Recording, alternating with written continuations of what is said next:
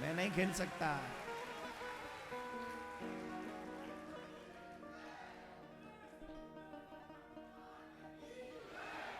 अब ये इसलिए नहीं बता रहा हूं मैं आपको, मैं इसलिए बता रहा हूं कि कल होली है। तो जब तुम्हारा गुरु ऐसा है, do you understand what I mean?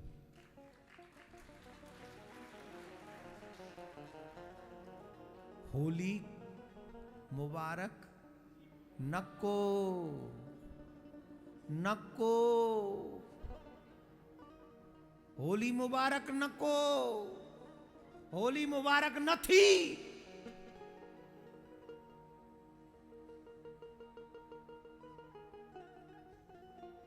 Holi की शुभकामनाएं। This is my style. धर्मो रक्षति, धर्मो रक्षति, धर्मो रक्षति। बढ़ो, धर्म तुम्हारी रक्षा करेगा, आई प्रॉमिस यू। कोई नहीं हिला सकता। जो धर्म से टकराया रावण मिट गया। ये कौन से खेत की गाजल मूलियां चकाचक ऐसो चक्कर चलावे गो, उड़ जाएंगे सब ऐसे वैसे। चक्कर चलावे गो, उड़ जाएंगे सब ऐसे वैसे, ऐसे वैसे, कैसे कैसे, ऐसे वैसे, ऐसे वैसे कैसे, ऐसे ऐसे, ऐसे वैसे, ऐसो चक्कर चलावे गो, उड़ जाएंगे सब ऐसे वैसे। सियावर रामचंद्र की, होरी के रसिया की, बुरो न मानो होरी है। बुरा न मानना भैया, होली है। हमारे यहाँ होली में ऐसे ही बोलते हैं, जैसे तुम्हारे यहाँ कुछ भी बोलते हैं जुम्मा के दिन, वैसे हमारे यहाँ कुछ भी बोलते हैं होली के दिन। क्या बोलना पड़ेगा? जोर से बोलना पड़ेगा। क्या बात है, जैसे जैसे कथा पूरी है रही है, मेरो गलो खुल्लो। आइए, हैं मैं क्या सुनाता रह जाता हूं और समय कहां भाग जाता है।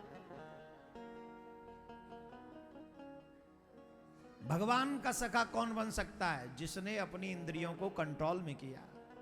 अच्छा देखना है, अच्छा बोलना है, अच्छा सुनना है, अच्छा करना है, जो काम ये, अच्छा खाना भी है। हाथू नहीं खाना। जो बाहर से मंगाते उसमें पता नहीं थूक है कि सांप है। क्या गारंटी है जहां से मंगा रहे हो वहां थूका हुआ नहीं होगा? या फोन करके पूछा है सारे हिंदू ही हैं क्या भोजन बनाने वाले? अगर हिंदू नहीं हो तो चांसेस होंगे कोई भी थूक सकता है उसमें। इसलिए मेरा निवेदन है, जहां कृष्ण को मानने वाले हों उसी से वस्तु खरीदो खाने पीने की। और जिन जगह पे कृष्ण के मानने वाले पूजने वाले होटलों में भोजन बनाते हो वहीं खाओ। और जो कृष्ण को न माने, कृष्ण को न पूजे, राम को न माने, राम को न पूजे, ऐसे लोगों के हाथों से खाना पीना खरीदना, सामान, टेलर बेलर, सब टेलर बेलर बेलन एसी प्लम्बर, इन सब की गुड बाय कर दो। जो राम का नहीं वो मेरे किसी काम का नहीं। अपने जीवन में अपना लो इस बात को। जो राम का नहीं वो मेरे, आपके द्वारा दिया हुआ 1 रुपया भी उन्हीं लोगों के काम आना चाहिए जो राम को मानता है, कृष्ण को मानता है, घनश्याम को मानता है। और कम से कम भोजन की और पूजा की चीजें तो वहीं से खरीदो जो भगवान को मानता है। भगवान को, वो राम कृष्ण देवी हनुमान कोई भी हो सकते। ठीक है, तो बात समझ में आ गई? इसको नोट कर लेना। और माताओं सब्जियों पे ज्यादा ध्यान दे लो। नाले में धो के लाते, नाले में, हाँ कसम से। और तुम ही खरीदती हो ढकेल से सब्जी, तो ध्यान रखना सब्जी बेचने वाला ऐसा हो।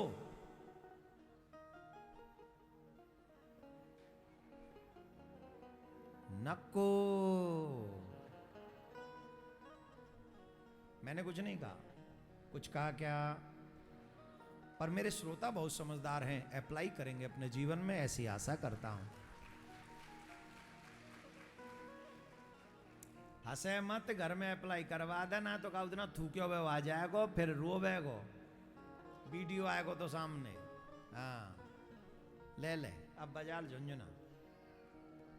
तो मैं कहाँ था, भगवान के मित्र वही हैं जिन्होंने अपनी इंद्रियों को कंट्रोल में कर रखा है।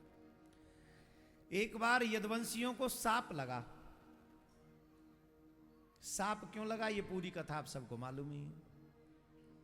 सांप का कारण संतों का अपराध। जीवन में बड़ों का अपराध कभी नहीं करना चाहिए। जो लोग बड़ों का अपराध करते हैं, माता पिता, गुरु, संत महात्मा, ब्राह्मण और पुराण वेद, इनका अपमान करने वाला मनुष्य कभी सुख नहीं पाता। मैं सबसे कह रहा हूं, निवेदन प्लीज स्वीकार करें। साधु संत किसी भी वेश में उसका मजाक मत उड़ाओ, किसी भी वेश में हो। तुम्हें समझ में नहीं आता, you can make the distance, but you don't have right to do disrespect to any sense. You don't have right.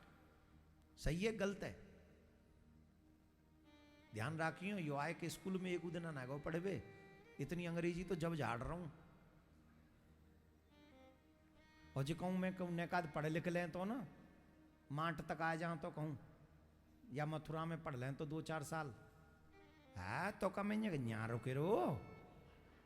फिर तो मैं कहूं और हो तो कहा हो तो कहूं कंपनी वंपनी में नौकरी कर रहा हूं तो, और का कर रहा हूं तो, कौन से तीर मार लें तो, जो हथ का है उनने कौन से तीर मार लें।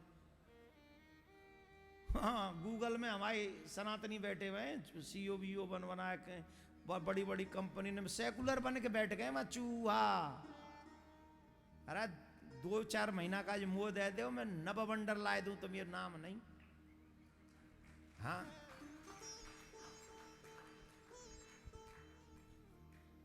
2-4 महीना को दे दो, सब राम जय श्री राम ना बोलने लग जाए तो वह गारंटी है।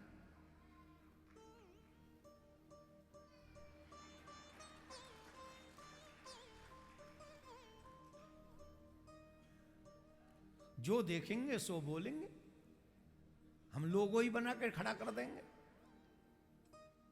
गूगल माने जय श्री राम। पर हमको लगता है कि ठाकुर जी ने हमें स्कूल न भेज के बड़ा अच्छा काम किया,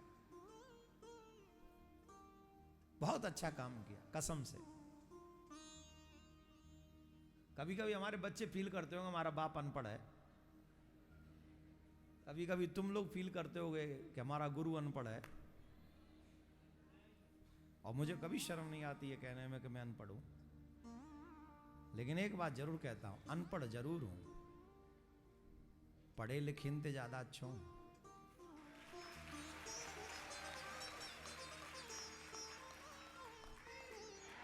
वो पढ़ाई किस काम की जो मुझे मेरे कृष्ण से दूर कर दे। वो पढ़ाई किस काम की जो मुझे अपने माँ बाप का सम्मान करने से रोके। वो पढ़ाई किस काम की जो मुझे माथे पे तिलक लगाने से रोके। वो पढ़ाई किस काम की कि गले में कंठी पहनने से भी शर्म आ जाए। वो पढ़ाई किस काम की कि अपने आप को सनातनी कहने में संकोच आए। मैं धिक्कारता हूं ऐसी पढ़ाई को, और मैं उस अनपढ़ को ज्यादा स्वीकार करूंगा जिसके जीवित रहते हुए माँ बाप को गर्व करने का अवसर प्राप्त हो। अरे बड़े भये तो का भये, और जैसे पेड़ खजूर, पंछी को छाया नहीं, फल लागे अति दूर। पढ़े लिखे तो कावे, बने स्वार्थी यार। हाय क्या बात है मेरे ठाकुर जी, गजब कर दिया। हाँ। पढ़े लिखे तो कावे, बने स्वार्थी यार, माँ बाप को पूछे नहीं, पैसा भये 2-4। ऐसे पढ़ लिखने से क्या लाभ जब माँ बाप को भी न पूछो, सिर्फ पैसे के ही नौकर बन के रह जाओ तो धिक्कार है उस पैसे पे, और धिक्कार है उस पढ़ाई पे जो तुम माँ बाप के भी सगे न बन सको। बेकार। संतों का अपराध किया। और मैं हमेशा 3 बात कहता हूं, एक बात कहता हूं कि 3 का अपराध मत करना, साधु, ब्राह्मण और भक्त। इनका अपराध करने पर तुम्हें कोई बचा नहीं सकता।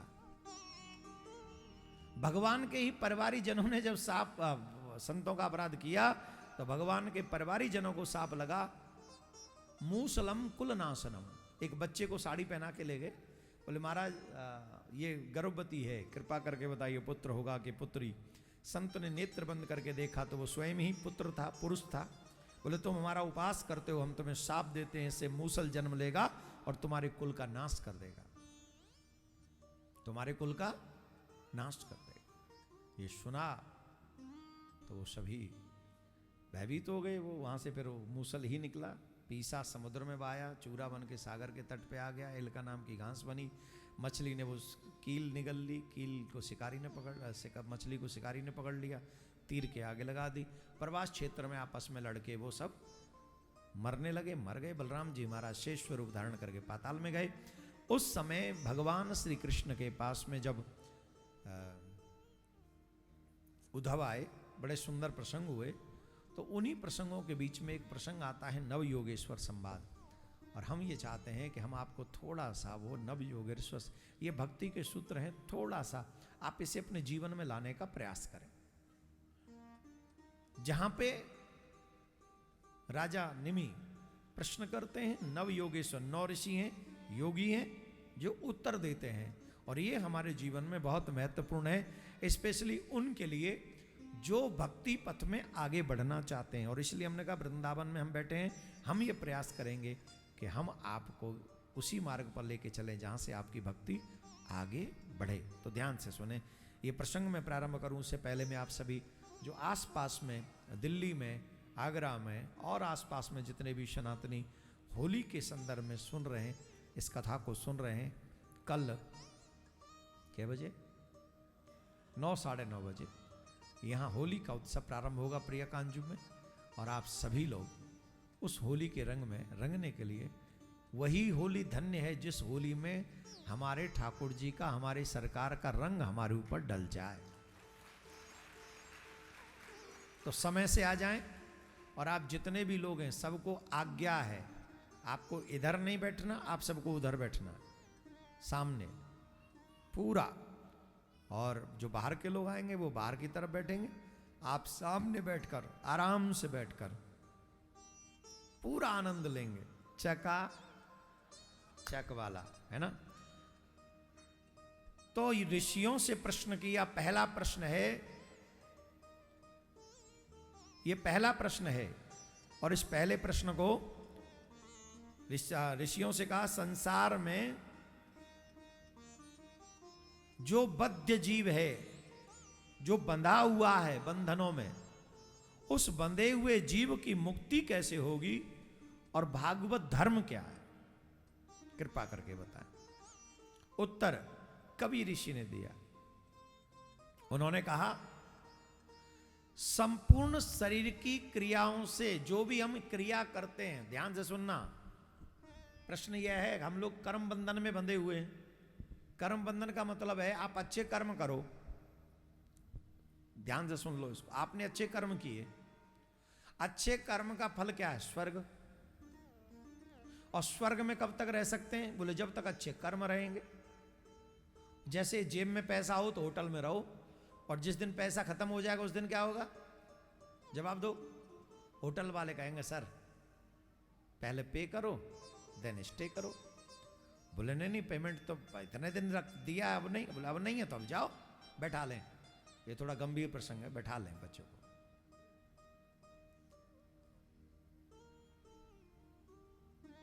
तो क्या, जैसे बिना पेमेंट के आप होटल में नहीं रुक सकते, वैसे ही बिना सत्कर्म के आप स्वर्ग में नहीं रुक सकते। तो आपने अच्छे कर्म किए, आपको स्वर्ग मिला। स्वर्ग में जब अच्छे कर्म न पूरे हो गए तो उसके बाद आपको धरती पे भेज दिया जाएगा, बात समाप्त हुई। अब कहां भेजा जाएगा वो नहीं पता। तो कर्म बंधन क्या हुआ, जाओ आओ फिर जन्म लो फिर मरो, फिर जन्म लो फिर मरो, ये पुनरपि जन्म पुनरपि मरणम, इसी को कर्म बंधन कहा गया कि ये बंधन होगा।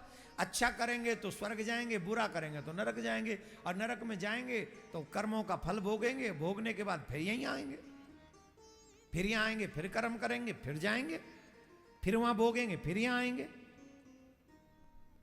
तो ये तो सिस्टम चलता रहेगा। तो पहला ही प्रश्न यह है कि कर्म बंधन से मुक्ति कैसे मिले। तो मुक्ति का मार्ग क्या है? तो वो कबीर ऋषि ने कहा, किसी भी कर्म को करते समय अहंकार की, मैं की, अहम की भूमिका जो है, भाव जो है, उसका त्याग कर दो। मतलब ये काम मैंने किया, इसका त्याग करो। मैं करता नहीं हूं, करता तो ईश्वर ही है। और ये सच है। आप भजन गाते हो, करते हो तुम कन्हैया, गाते हो कि नहीं गाते हो? फिर क्यों गाते हो जब मानते तो हो नहीं? कहां मानते? इस बात को मानते थोड़ी है। 500 रुपया दक्षिणा में चढ़ा देंगे, बोले मैंने चढ़ाए। एक माला पहना देंगे, बोले मैंने पहनाई। एक माला भजन कर लिया, बोले मैंने किया। किसी को गाली दे दी, बोला मैंने गाली दी ना।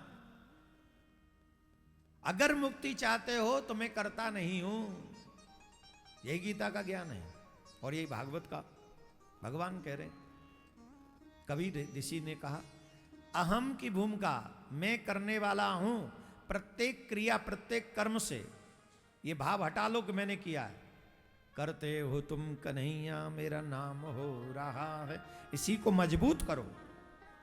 मरने से पहले ये दृढ़ विश्वास हो जाए कि यही सच है, करने कराने वाला भगवान है, तो तुम मुक्त हो जाओगे। बोलने तक सीमित न रहे, दृढ़ हो जाए तो तुम मुक्त हो जाओगे। भगवान की लीलाओं में मन लग जाए, यही भागवत धर्म है। भागवत धर्म किसको कहते? भगवान को छोड़ के कुछ और अच्छा ही नहीं लगता। कृष्ण को ही सुनना है, कृष्ण को ही देखना। गोपियों का दशा क्या है? वो भागवत धर्म है। गोपी प्रेम का मतलब क्या है? भागवत धर्म। वो रोटी भी बना रही हैं तो किसके लिए? बोले कृष्ण के लिए। माताएं हर जगह रोटी बनाती हैं, आ जा रे रोटी सिक गई। कौन के बुला रहे हैं? अपने पति को बुला रही हैं, अपने बच्चे को बुला रही हैं, अपने बच्चियों को, अपने भाइयों को ये ना, इन सब में मेरा गोविंद ही है।